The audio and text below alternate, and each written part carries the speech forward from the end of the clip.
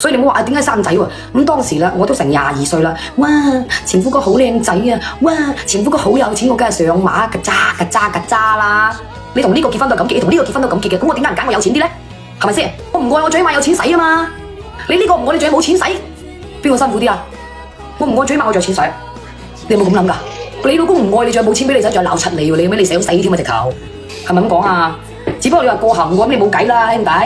講愛只係個個都愛嘅啦，個個都中意，唔好話愛啊，最起碼中意先啦。咁你有咗你唔生哇，都成22歲咯已經，好有錢啊，好靚仔喎，我嘎喳上馬嘎喳咁，跟住生個仔出嚟，小孩無辜啊！咁你咁講個個唔離婚啦？係，小孩無辜，鬼唔知小孩無辜啊！有癲嘅，呢啲冇對與錯嘅，我同你講，只有啱與唔啱。哪怕你老嗱我話俾你聽嗱，你同你老公一日打到黑，乜你個仔好開心咯？即係我咁比喻下，你同你老公一日打到黑嗌到黑，乜你個仔開心？你個仔傻㗎？但係你個仔冇腦定弱智啊？你一癲，依家小朋友成熟過你啊，唔出聲咋？